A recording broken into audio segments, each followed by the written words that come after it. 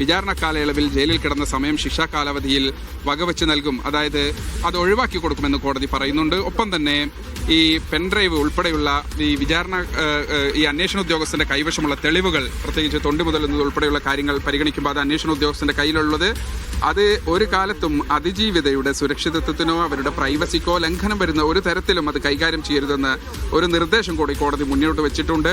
മാത്രമല്ല ഈ അപ്പീൽ ഏതെങ്കിലും തരത്തിൽ ഈ മെമ്മറി കാർഡ് പെൻഡ്രൈവ് അന്വേഷണ ഉദ്യോഗസ്ഥന്റെ കസ്റ്റഡിയിൽ സൂക്ഷിക്കണം. അപ്പീൽ കാലാവധിക്ക് ശേഷം മാത്രമേ ഇത് നശിപ്പിച്ച് കളയുന്നതിലേക്ക് കടക്കാൻ കഴിയൂ. കാര്യം അത് ഈ കേസിൽ ഏറ്റവും പ്രധാനപ്പെട്ട ഒരു പ്രൈം എവിഡൻസ് എന്നുള്ള നിലയ്ക്ക്, വളരെ സുപ്രധാനമായ തെളിവ് എന്നുള്ള നിലയ്ക്ക് അതിന് വളരെ പ്രാധാന്യമുണ്ട്. അതുകൊണ്ട് അപ്പീൽ ഉൾപ്പെടെയുള്ള സാധ്യതകൾ ഉണ്ടെങ്കിൽ അത് പരിശോധിക്കേണ്ടതിൻ്റെയൊക്കെ ആവശ്യകത കൂടി പരിഗണിച്ച് അത് സുരക്ഷിതമായി തന്നെ അത് കൈകാര്യം ചെയ്യണം എന്നതുൾപ്പെടെയുള്ള കാര്യങ്ങൾ കൃത്യമായി തന്നെ കോടതി പറയുന്നുണ്ട്. അപ്പീൽ കാലാവധിയുടെ ശേഷം മാത്രമേ അത് നശിപ്പിച്ച് കളയാൻ കഴിയൂ എന്നതുൾപ്പെടെയുള്ള കാര്യങ്ങൾ കോടതി പറയുന്നുണ്ട്. എന്തായാലും 20 വർഷം ഏറ്റവും പ്രധാനപ്പെട്ട ഈ മുഴുവൻ പ്രതികൾക്കെതിരെയും ചുമത്തിയ ഏറ്റവും പ്രധാനപ്പെട്ട 3 തടവ് ശിക്ഷകൾ പറഞ്ഞാൽ 376 ഒരു കാര്യം ചോദിക്കാനുള്ളത്, ഇപ്പോ പ്രോസിക്യൂഷൻ ജീവപര്യന്തം ആവശ്യപ്പെട്ടല്ലോ.